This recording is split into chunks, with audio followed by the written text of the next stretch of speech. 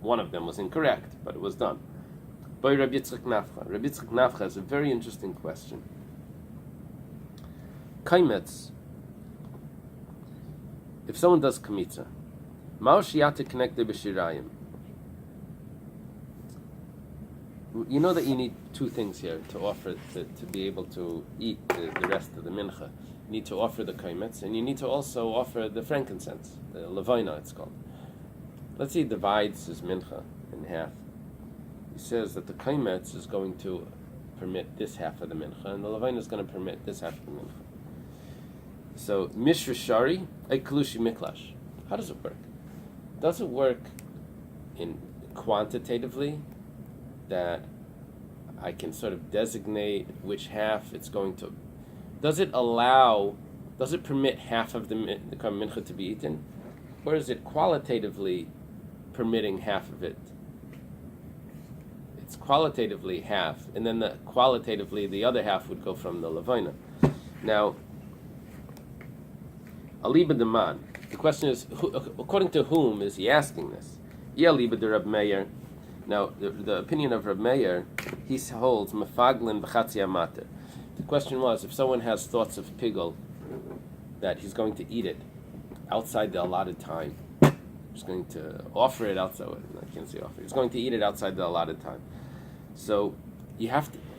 There's machlekes if those thoughts need to be on the whole matir. The matir means the offering that would allow everything else to be permitted to be eaten. Or even half of it is good enough. Now, the mayor says even half of it is good enough. Good enough means to invalidate it. So, according to Reb Meir, that means if he only has thoughts that he's going to eat it out of the allotted time, it's going to become pigel. Those thoughts were only on the kaimetz, not on the levina. So obviously, Mishra Shari, according to Reb Meir, it must be that that's a 100% permissibility on half the mincha. That's why he holds mefagel mechatzi amater, because that's a real matir. It's allowing half the mincha. However, if it goes according to, your question is according to the Rabbanan, damri ein mefagel mechatzi amater, that say that you can't have pigel on only half the matir, only on the kaimetz without the levina. So then it's very vague. We don't know. Is it because lay mishra shari or v'lay miklash kalish? Do we know it's because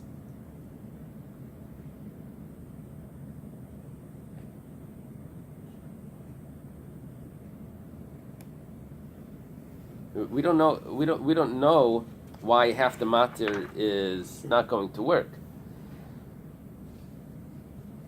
Is it because it doesn't weaken it qualitatively, or it does weaken it qualitatively, or is it because it's quantitatively, but you still need the whole thing, or maybe it doesn't do either, and it's only the last thing that does everything? So it's you can't you're not going to be able to find this out. In other words, his question was very specific. Does it do this or does it do that? Is it quantitatively or is it qualitatively? According to the rabbis, you can't ask that, because not necessarily is it one or the other. And according to Rabbi Yitzchak Nafcha in his question, it's very clearly one or the other. So the Gemara says, El aliba de Rabbi Lezer. The question is really according to Rabbi Lezer. Rabbi Lezer said that you have to offer both. And Rabbi Lezer karabanan svirle. Rabbi Lezer must hold like the rabbis that say, Ein mefagel mechatzi amater, that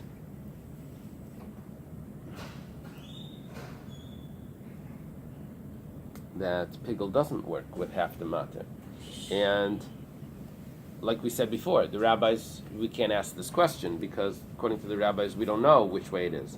The Gemara then returns and says, El aliba de rabbanan dehacha. Rather, our question is according to the rabbis here. The rabbis here said that if you just offer the kaimetz without the mincha outside the temple, it's considered that you offered something outside the temple, even though it's only half. So Rabbi Yitzchak Nafal's question, according to the rabbi's opinion, do we say that the reason why it's considered a good offering is it because Mishra Shari, because it actually allows half the mincha to be eaten, or do we say it's because Oy kalish miklash, or do we say that it weakens it qualitatively, and that's why it's considered an offering outside the temple to be guilty? So the Gemara says take it. We don't know exactly how If it this weakens it, wouldn't it make it potter? No, So how does it- we're referring to the term matir. Okay. That I have a sacrifice that's very holy, that nothing could be eaten from it. But once you take out the holiest part and you put it on the altar, then the rest of it becomes allowed to be eaten by the kohen. The question is, if you take half of what you're meant to take, only the kaimetz and not the levina, did you just allow everything else to become Did you permissible? did you allow everything to be qualitatively halfway permissible, or did you quantitatively just permit half of it? That's the question. And the nafkamina would be if someone divided it in half and said, "I'm offering the kaimetz for this half." You found.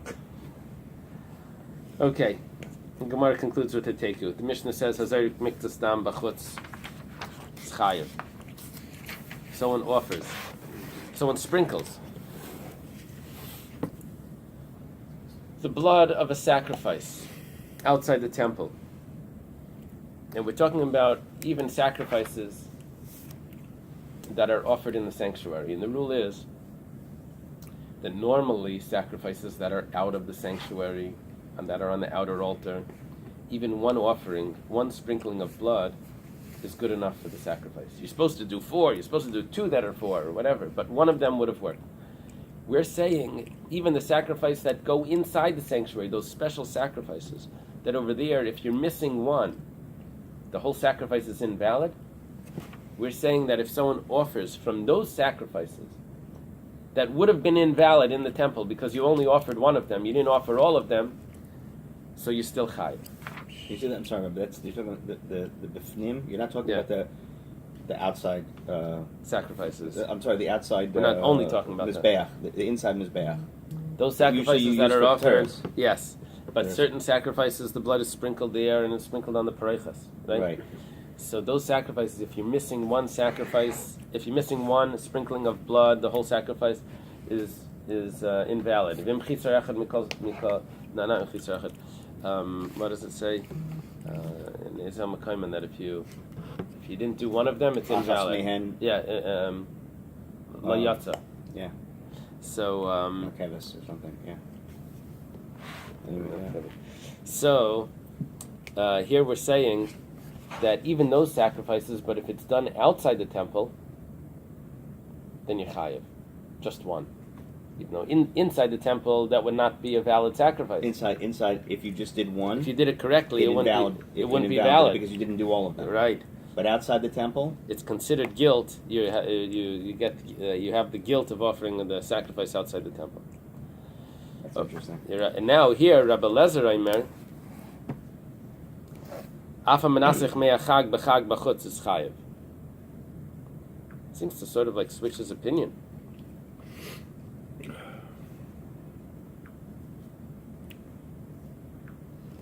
Rabbi Lezer says that offering the water outside the temple would also be chayiv. We'll see what he's referring to. Rabbi Nechemya says that certain sacrifices, the blood needs to be poured on the base of the mizbeach. If you take that blood and you offer it outside the temple, you pour it outside the temple, that's guilt. He'll be guilty of doing an offering outside the temple because this would have invalidated the sacrifice inside the temple if he does not pour it in certain sacrifices. So therefore, outside the temple, that's considered an offering. Okay. Amar Rava, Meider Rabbi Lezer b'damim.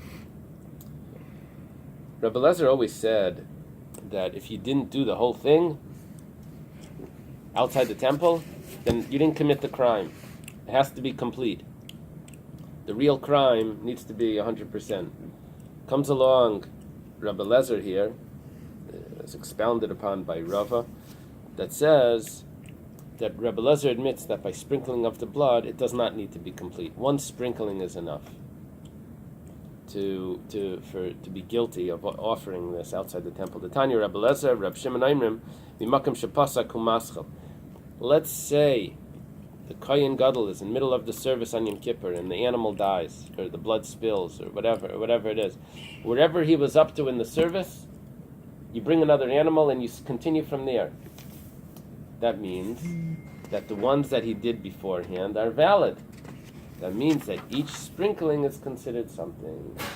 So therefore, when it comes to sprinkling of the blood, even one sprinkling outside the temple is considered a sprinkling. That's Rabbi Eliezer's proof. That's the proof that Rebbe Lezer admits that he considers that blood, even one sprinkling, is considered something. Wow. Rebbe Lezer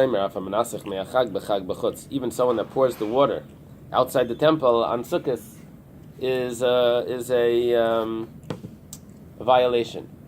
Amar Rabbi Yochanan Mishum Rabbi Nachum Yudfa. I need your son to look this up. Rabbi Yochanan says the name of Rabbi Nachum Yudfa. I don't know where it is. It's at the city from Yudfa over here. But where is the city? I don't know. What does he say? Rabbi Lazar b'shitas Rabbi Kiva Rabbi Yamra. See, that's why we said it's Rabbi Lazar, because Rabbi Eliezer was the teacher of Rabbi Akiva. Rabbi Lazar is a student of Rabbi Akiva. So that Rabbi Elazar is going in Rabbi Akiva, his teacher's opinion. So Amar Nisach Hamayim Daraisa. Why does he say that if you pour the water outside the temple? He says because Nisach Hamayim, pouring the water, is a Daraisa, and therefore in the temple it's a biblical command. If you do it outside the temple, you'll be chayav.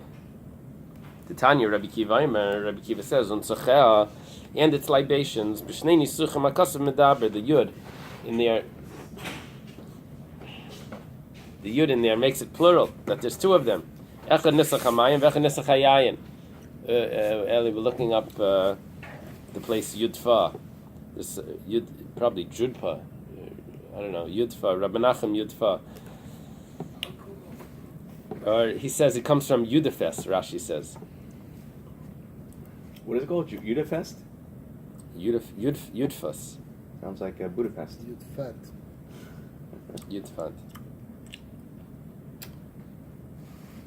Okay. So because Rabbi Akiva has this verse that alludes to two libations, that means one is of wine and one is of water. Amar le Reish Lakish le Rabbi Yochanan. Reish Lakish tells Rabbi Yochanan, you think that Rabbi Elazar is going in this shita of his teacher? Imala halan shleishis lugim afkan shleishis lugim. We're saying that if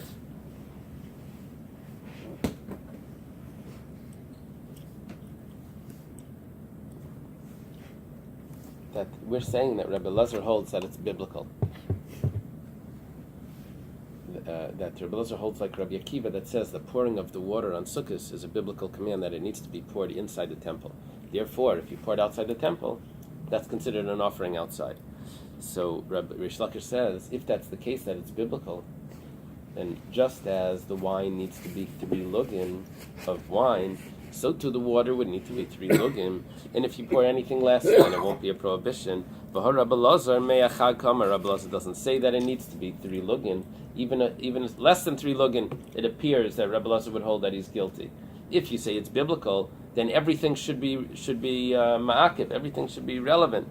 And if it's not done correctly, then it shouldn't be a prohibition. And it says, Imal alam b'shayim ma'aser shana, afkan b'shayim ma'aser shana.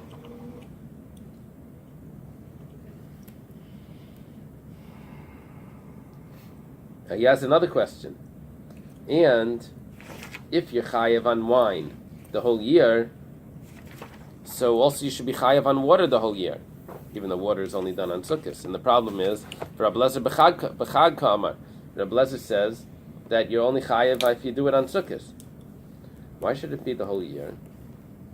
I guess if he learns from the pasuk unsachea, then that would mean that this is a type of offering that would make him guilty the whole year. So he says, "Ishtamitze hadam rabasi." This Rabbi Menachem Yudfa is forgetting what Rabasi says. Damar Rabasi Amar Birchen Mishum Reb Nechunya Ish Bikas Beis Chorson. We have some other cities here, but these look like small villages. Eser Netiyas. Where? Oh yeah? That's fact. So it may be that they think that they have the place, and so they renamed it. That's what it is. The same town, they just go north of it. Shekayach. Okay, what happens is before the Shemitah, you're not allowed to plow certain areas. It's like this pre-Shemitah. So if there's 10 trees in an area, so that's halach l'maish misina, that's considered like an orchard. You're not supposed to plow in between them. Arava is the arava that goes up on the mizbeach. They put in a big arava up on the mizbeach all the days of Sukkot. And Nesachamayim halach l'maish misinai. In the pouring of the waters, halach l'maish misinai. So therefore, it's possible that Rabbi Eliezer does not hold that like Rabbi Akiva, that the reason why you pour the water is because on Sechah. Rather, he learns it's halach l'maish misinai.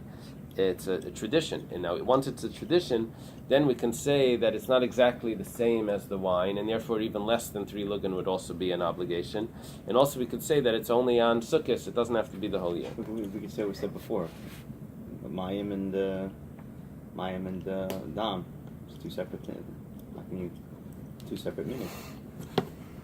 We tried to say before that there's 2 of them. Oh, but he learns both. It combines them. The limit is that both. But that's of them only is one plural. opinion that does that, right? Let's stop over here. Tanur Rabbanan.